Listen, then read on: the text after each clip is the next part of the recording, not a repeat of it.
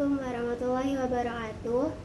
Saya Putri Lestari dari kelas 11 IPA 1. Di sini saya akan membahas dinamika peran Indonesia dalam perdamaian dunia.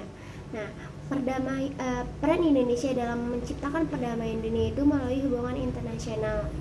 Nah, hubungan internasional sendiri adalah hubungan yang bersifat global. Konsepsi hubungan internasional bisa disamakan dengan politik luar negeri, hubungan luar negeri, dan politik internasional. Pentingnya hubungan internasional yaitu suatu bangsa yang merdeka tidak dapat hidup sendiri tanpa bantuan dari negara lain. Untuk menjaga kelangsungan hidup dan mempertahankan kemerdekaannya, suatu negara itu membutuhkan dukungan. Nah, untuk mendapatkan dukungan itu, suatu negara harus mengadakan hubungan baik dengan negara-negara lain. Perlunya kerjasama dalam bentuk hubungan internasional antara lain karena faktor-faktor. Nah, faktor itu ada faktor internal dan faktor eksternal. Faktor internal sendiri itu kekhawatiran terancamnya kedaulatan suatu negara itu sendiri. Terus faktor eksternal itu karena negara tidak dapat berdiri sendiri.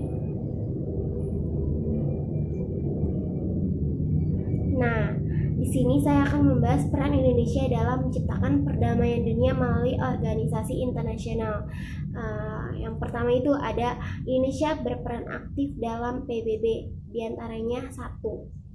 Peran Indonesia dalam rangka menjaga perdamaian dunia. Contohnya, Indonesia menyelenggarakan konferensi Asia Afrika yang melahirkan Dasar Bandung. Yang kedua, terus berperan Indonesia sebagai pemimpin anggota tetap beberapa organisasi di PBB. Contohnya, Indonesia pada tahun 1971 yang diwakili Adam Malik untuk menjadi presiden di Majelis Umum PBB. Di situ terpilihnya mantan Menlu Mokhtar Kusumaatmadja sebagai anggota International Law Commission. Di situ yang ketiga ada peran Indonesia menjadi melalui FAO yang saat itu dilanda kelaparan.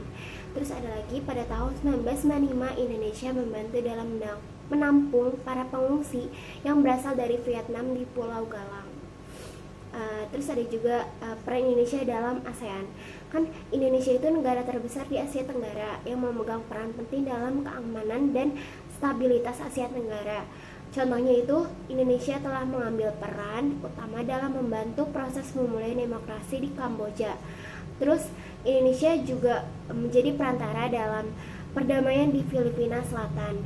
Nah, Indonesia juga merupakan salah satu negara pemerkasa berdirinya ASEAN.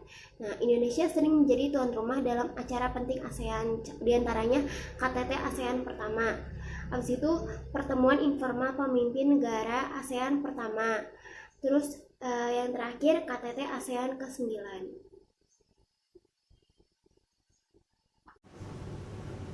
Nah, masuk ke peran Indonesia dalam gerakan non-blok. Berdasarkan asas gerakan non-blok sendiri, yaitu memegang teguh perjuangan dalam melawan kolonialisme, neokolonialisme, serta imperialisme. Di situ yang kedua, berusaha untuk mendukung perjuangan kemerdekaan di berbagai tempat di dunia. Terus berdasarkan tujuan gerakan non-blok, terus Indonesia turut serta dalam meredakan ketegangan dunia akibat pertikaian yang terjadi di antara blok barat dan blok timur. Di situ yang kedua, mengembangkan solidaritas di antara sesama negara berkembang dalam mencapai persamaan, kemakmuran, serta kemerdekaan. Lalu ada masa perkembangan gerakan non-blok. Indonesia beranggapan bahwa hubungan luar negeri merupakan suatu kegiatan yang dilakukan antar bangsa baik itu regional maupun secara global. Melalui berbagai macam forum bilateral maupun multilateral yang ditujukan untuk kepentingan nasional dengan politik luar negeri bebas aktif sebagai landasannya. Adapun langkah yang ditempuh Indonesia dalam meningkatkan gerakan non-blok itu sendiri, yaitu 1.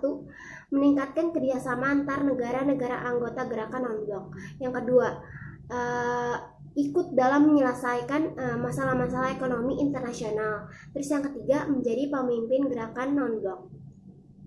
Nah, sekian video dari saya.